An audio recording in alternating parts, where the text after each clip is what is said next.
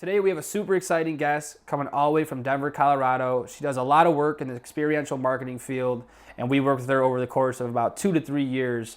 I'd love to introduce Taryn. Thank you so much for being on the podcast. Thanks for having me, Vince. I'm really happy to be here and looking forward to a fantastic conversation to get to know you better and hopefully drop some knowledge bombs and serve up a little inspiration. Let's do it. I love it.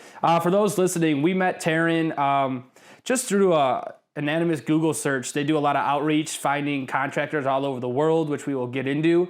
And we've done a lot of events for them all over Chicago. So, Taryn, before I talk any more about what you do, I'd love to hear a little background about your company. Perfect. Thanks so much. Yes. So I started Oh Hello Media back in 2015 after working actually at an event marketing agency. There, I had the opportunity to plan and oversee events for brands all over the country, which I loved, not only from a creativity standpoint, but also really satisfy my type A personality in the planning and execution phases of that. I also got to serve on the new business and strategy team. And my favorite thing about that was being in the war room and arriving at that brilliant, aha moment during a brainstorm session. So flash forward, I now have a company called Oh Hello. Under the Oh Hello umbrella, we have Oh Hello Media, which services the event producer by providing photography and videography services, as you mentioned, to brands and experiential marketers. We have a network of contractors, just like you and your brother, all over the country and in a few select markets to capture brand experiences specifically, both in a live setting, but also now broadening what it means to tell a brand story outside of a live event. And then on the other side of the table, we have Oh Hello Ideas, which is a strategy arm of the business. We have a network of creative thinkers. They're independent freelance marketers who dream up innovative ideas to help augment the creative output of brands and experiential marketers. Wow, that's amazing. And congrats. I know you guys recently launched that whole company. I'm sure that was in the realms of everything. You kind of pivoted into a new direction, which I think is smart because it's like you had Oh Hello Media that is more the execution process, right? It's the ideas coming into action, but now you took it a step further and now you're creating those ideas. And then it's almost like one company serves, it's like A, B, and C's that final product. So hats off to you. That's amazing. Thank you. You got it. I couldn't have said it better than the ideas that we're really creating a lasting impression by facilitating connection through creativity. And the way we do that is with visual content and innovative ideas. Right.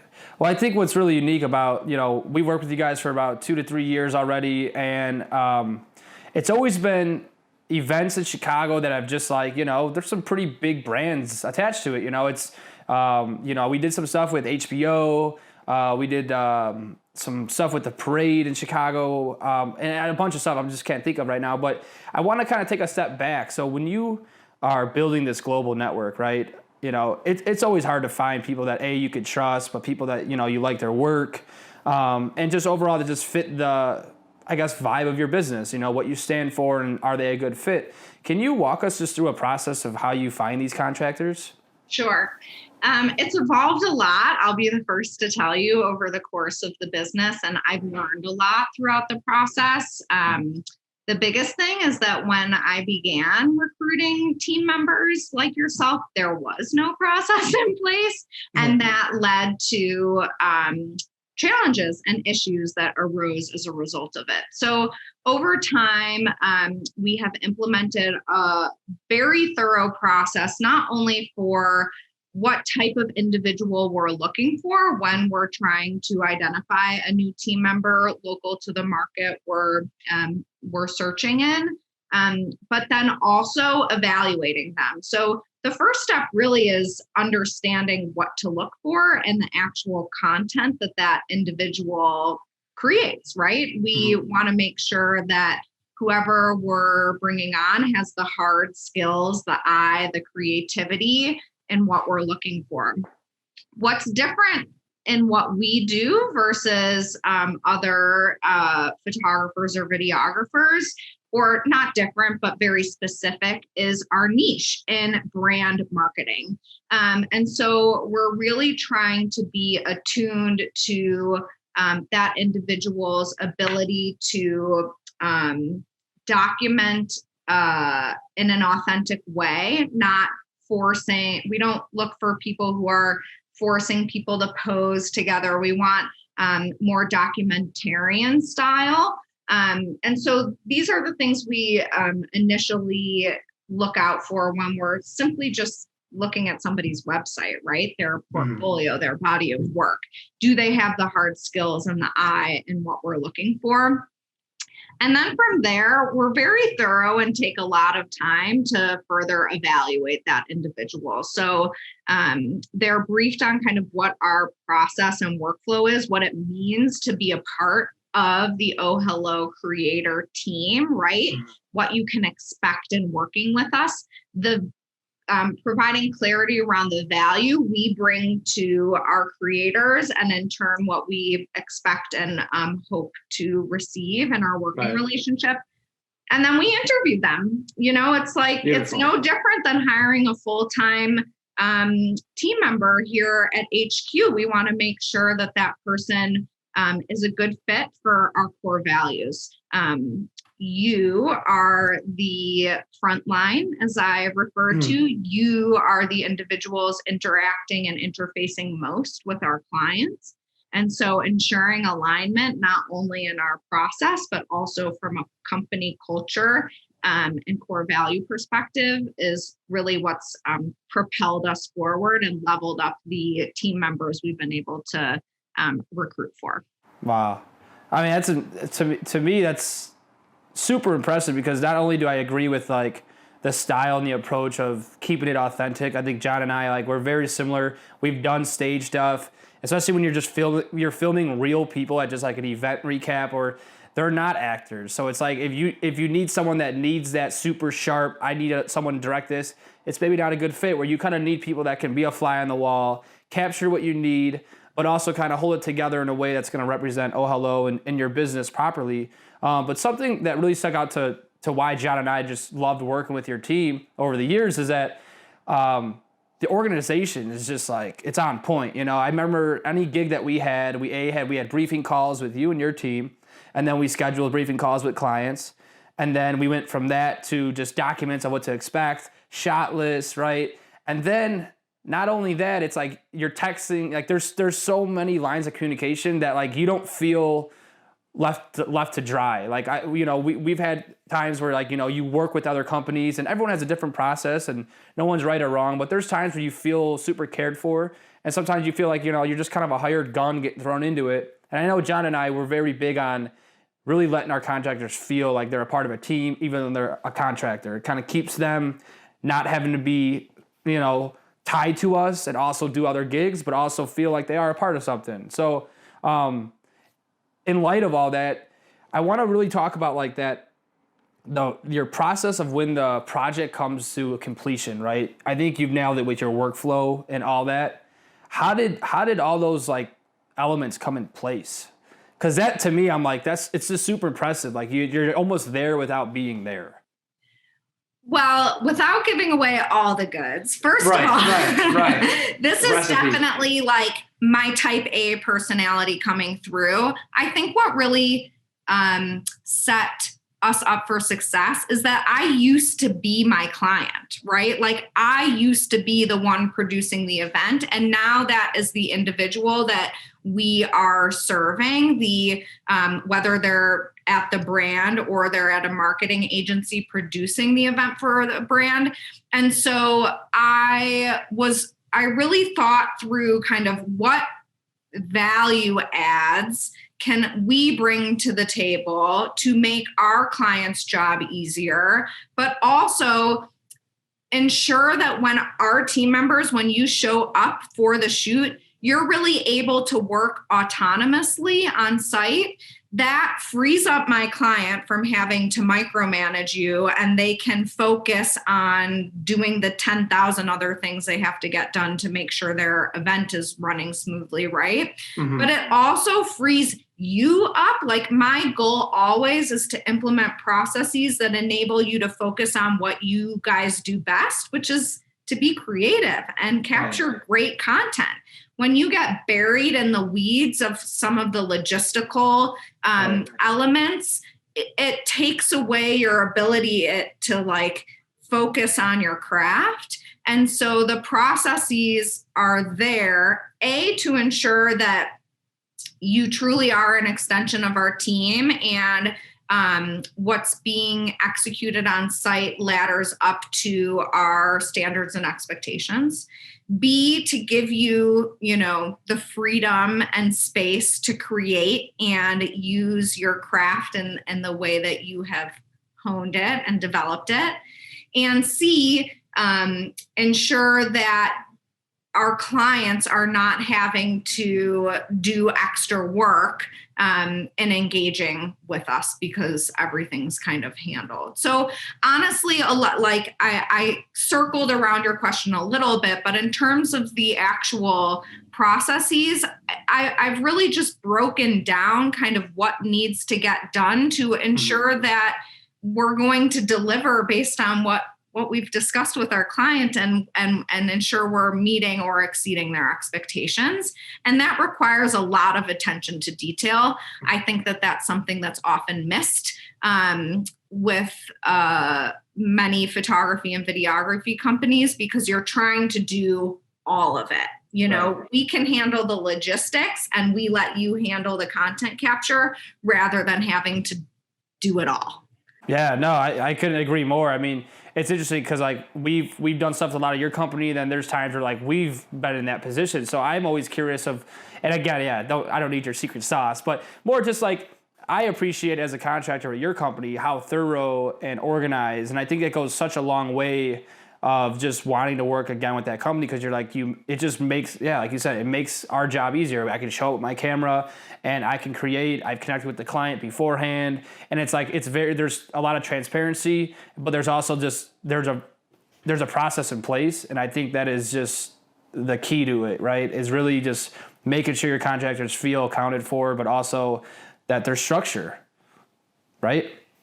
And truthfully, in my opinion, like there's never enough communication. And so if you look at the process we've built and the workflow too, like there is a touch point of communication every step of the way. And the work that goes into it, even before we've engaged you, is significant, right? We are asking the right questions, getting into our clients' heads, understanding what's happening, making sure we're covering off on some of the logistical details that, again, have an impact on ensuring a smooth execution that you might not think of. There have been many instances where we're on the phone with our client prompting a question. They're like, oh, I didn't even think about that. Things like, how often do you want our team members to check in with you throughout the course of the event?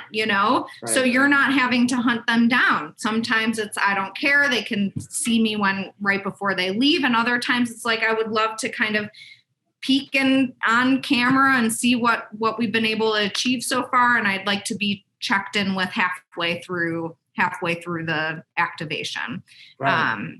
So I think it's more about getting into the head, like making sure we're getting into our clients' brains, and also creating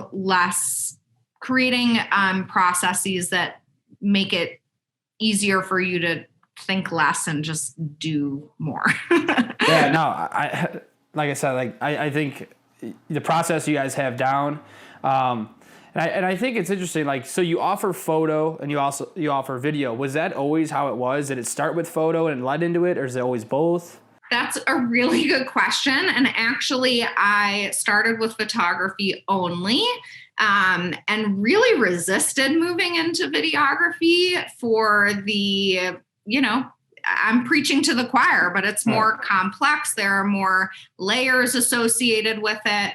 I've learned a lot over the years, and ultimately I realized I can't do what we're doing by only offering photography services, and videography has been an incredible value add to our scope of services, that plus the video post-production and creating dynamic content to serve our clients' purposes. Again, whether it's a recap from an event or we're doing a marketing campaign. It's a shame I waited as long as I did to get into video. And another interesting bit of information is we'll have a lot of clients say, oh, we want to bring on a photographer, videographer, right? Like photographer / videographer. We just need the photographer to capture a few, pieces of video content, a few clips here and there. It's always very casual. Yeah. And I learned that lesson the very hard way, right? Like I hired somebody to toggle between both and the content suffered for it. And you of all people understand it takes an extremely different skill set.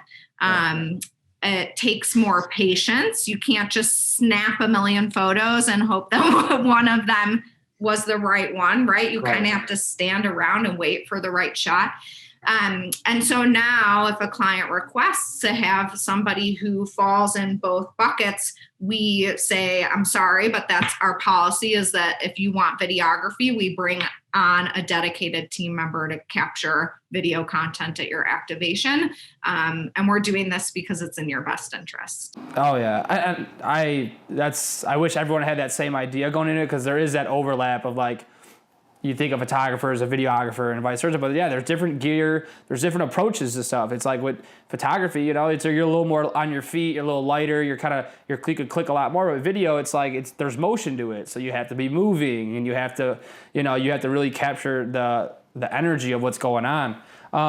But regardless, I think I'm sure you found success with clients saying like, hey, we're thinking about doing photo and video, and going to one company that could offer both, versus like, we're going to hire this one company to do photography, this company to do video. And I'm sure some gigs are just one or the other. But can you talk about like when a client maybe comes to you and is maybe on the edge of like wanting to go with two, and you kind of like let them know like, hey, we offer both and here's why it's beneficial? Do you think there's an importance of having photo and video kind of under that same vision for the client? Yeah, I mean, I think that's a muddy question, right? Because it leads into, I think in that situation, what I'm doing is taking a step back with the client. Like, what is your goal for capturing content at this event? And that then leads into being able to push them in one direction versus another, or if they're only thinking photography, but considering videography. I'm actually in a conversation with a client about this right now. She definitely wants to move forward with photography, and they've never booked us we've done a lot of work with them, and they've never leveraged us for video whatsoever. And I think she understands the value, but it's like, photography can serve what we need.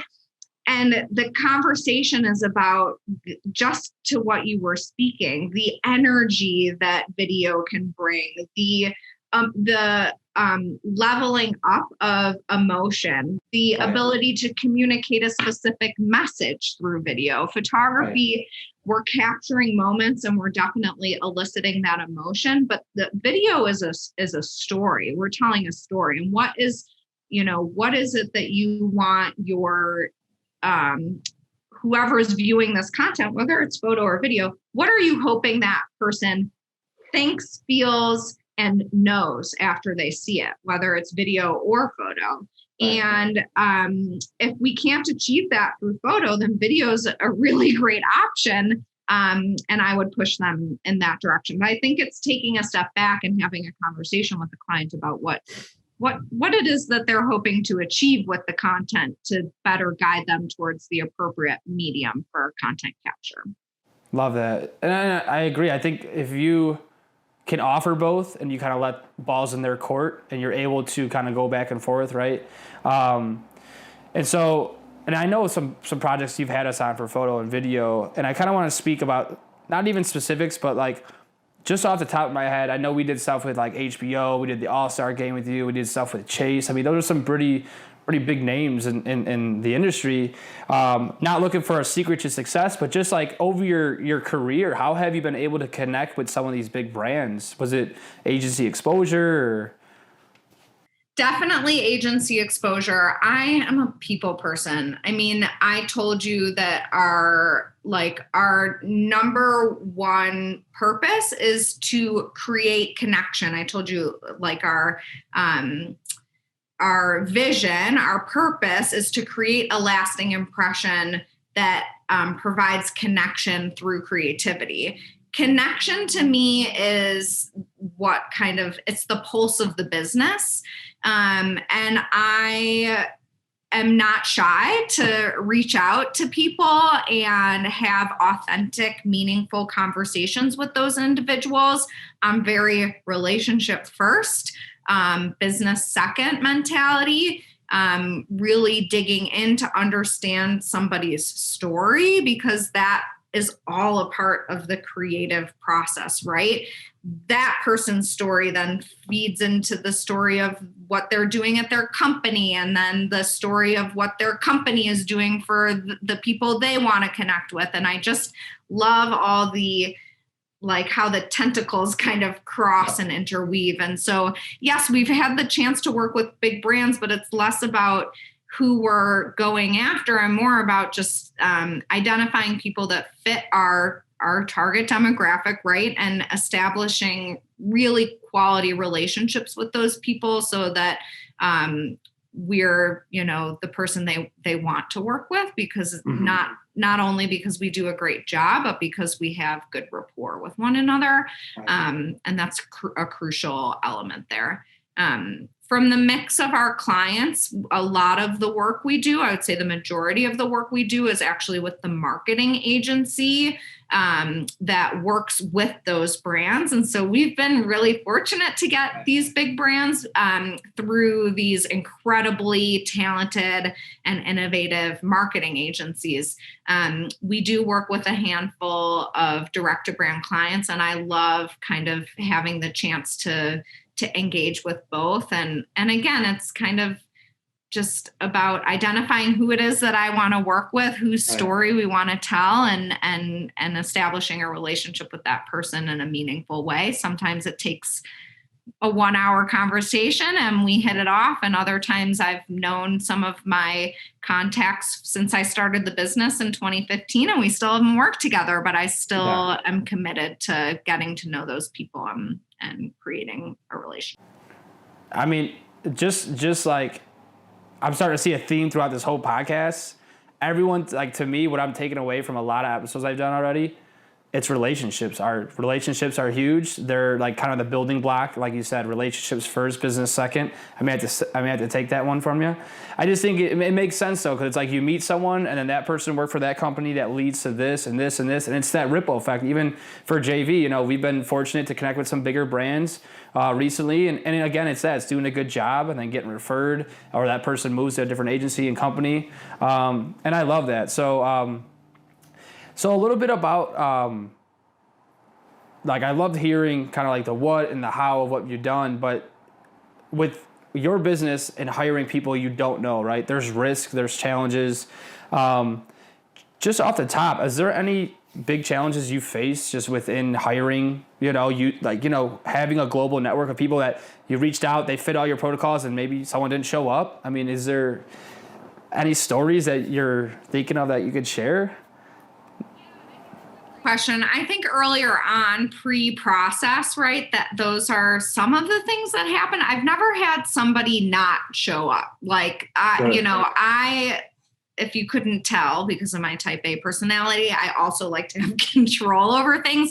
I think that's the hardest part about what it is we do, is at a certain point, it's out of our control. Like, we have put all the plans in place. We have given you all the materials and the resources and the plans and the calendar invites and the text messages and all of it.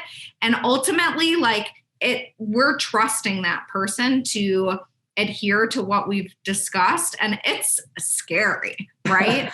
Yeah. It's really scary. I think, again, I don't want to beat a dead horse, but to this theme of relationships, like we've done all of this work before you even step on site to show you how committed we are to having a positive experience with you, not even about like the end result. Like, I think a lot of our creators really value and appreciate the care that goes into the vetting and hiring process. And that is like, in and of itself, kind of establishes the respect and the trust, because we're not messing around, and we are holding you accountable, and we have policies in place to ensure that things are carried out. I don't have like one story. I think like the biggest scare was that we had the time was entered wrong for a project. Ooh. And the individual was not close to where the activation was. And so it resulted in we had to find somebody else, right, like last minute. And then they ended up being late on site, but that was our issue, not our creators' issue. And that's like if there's ever a mistake or a misstep, there's always a process that follows from it. I mean, that's the biggest piece of advice I can take is like when the issue arises, shed light on it, get to the root of the issue, and then put a new practice in place to ensure that never happens again. And so as years have gone by, things have just become tighter and tighter and tighter. And every I'm not saying that we don't make mistakes. It's human nature, but to your point, like, I didn't mean to put you on like, of a name, but yeah, it's just, I think I agree with you. Like the challenge is it's like you're putting trust people, but you've done so much where like it's out of your control. It's just, you hope they show up. But I think there's a sense of that self-worth that you give people being a part of your company that, you're a part of something and you're going to let people down if you don't show up. And it's like, you gave your word. And sometimes that's all it is, it's that goes far, and it goes back to relationships. You could be an amazing creator, shoot amazing photos, amazing video, but if you can't take direction or be on time, it's going to hurt the relationship, right? You're going to think twice. I think another like stopgap too is like, because we have all those checkpoints before you even show up on site, you can usually tell like leading up to it that there's going to be an issue, whether it's tone of voice on a conversation or pushback on an email, or let's say they showed up late or they are a no-show for a meeting we have. Like that's a red flag, right? If you can't even show up for our meeting, what does that say for showing up to the actual project time? And so I think it's trusting your instincts, trusting your intuition. I have very strong intuition, and I will say if there has been an issue, I can usually look back on every step of the way and point to like a gut feeling that I kind of brushed aside, that could have been avoided if it were paid attention to or dealt with earlier on. So I think that to your question earlier, like the other really huge value out of the process leading up to the activation is potentially being more aware of and preventing a problem should it arise on the day that it's most important. Yeah, no, I agree with you on that whole intuition thing. Sometimes you just know, you get that gut. That's why they say it. You feel it in your gut. You get that gut feeling, right? And I think it's, as a business owner, it's their name's not going to get heard. It's going to be you. So I think I'm sure over time you've been able to refine that process. But as we start to kind of close, I know people that are listening, we're connected with some people all over the world. So I'd love to open the gates up. If you're currently looking for photographers, videographers, how they can reach you. Is it a process where they apply? Is it an email? Great. I love that. We love bringing new team members into the fold.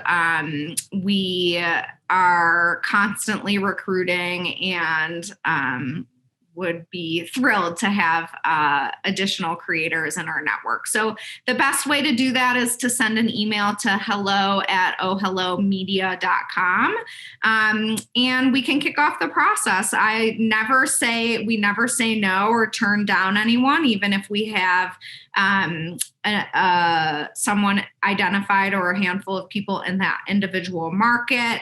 If we don't have an immediate need, we'll still kind of kick off the process for evaluation. Kind of first step is our gut check, like I mentioned earlier, in terms of hard skill and capability. Does your portfolio represent and align with the type of work and the standards that we expect? If it doesn't, we always try and give feedback, like the work that's featured on your website doesn't seem to align with the type of work we do. Do you have some other samples? Or, when you work on projects that apply, please follow up.